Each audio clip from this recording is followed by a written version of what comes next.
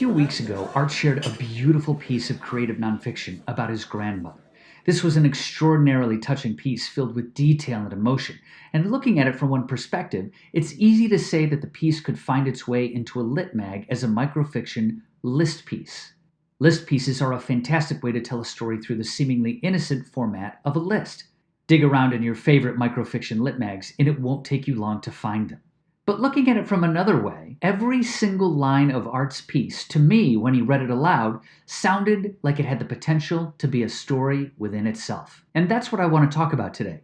Lists as a way to generate new work. We've been talking a lot about prompts, and one of my favorite ways to get the old creative engine fired up is to just make a list and see what inspires you. As usual in this podcast, whenever I get the chance to speak, I speak about Twin Peaks. Wait, what? Where am I? No, that's not what we're doing here. Sorry. Even though I still think it's Mr. C who actually says, what year is this? I digress. As usual, in this podcast, when I get the chance to speak, I'm going to talk about improv. In narrative improv, one of the easiest ways to get a scene going is to just get on stage with your scene partner and gossip. You know, hey, hon, I'm going to the store. Great, I'll go with you because I need to pick up some garbage bags. Oh, yeah, we can clean out the garage. That's right, I want to throw out some of those old baseball trophies of yours. You mean my baseball trophies? Why would you want to do that? I just made that up. Well, actually, I made it up yesterday when I was writing this, so that's kind of a lie. But anyway, there you have it. The instant one of the improvisers makes the choice to have an emotional reaction to something, in this case, the person who says, hey, you're going to throw away my baseball trophies, that tells the other improviser on stage, this is what we're going to make this scene about. This is the conflict, or as we call it in improv, the tilt, the problem we have to solve.